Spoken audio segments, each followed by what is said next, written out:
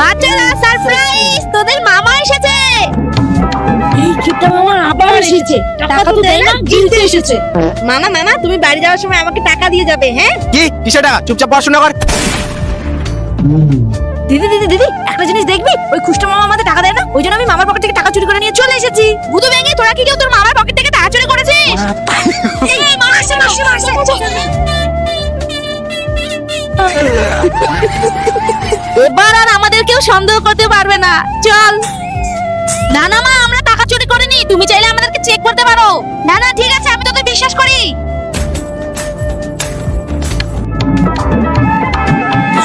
গুদু school যাবো তো, দেরি হয়ে যাচ্ছে। আরে তোরা আরেকটু ঘুমিয়ে নে আজকে। না না মা, আমরা আর ঘুমাবো না, স্কুলে যেতে হবে তো। কালকে রাত্রিবেলা অনেক বৃষ্টি হয়েছে, তাই স্কুল বন্ধ আছে।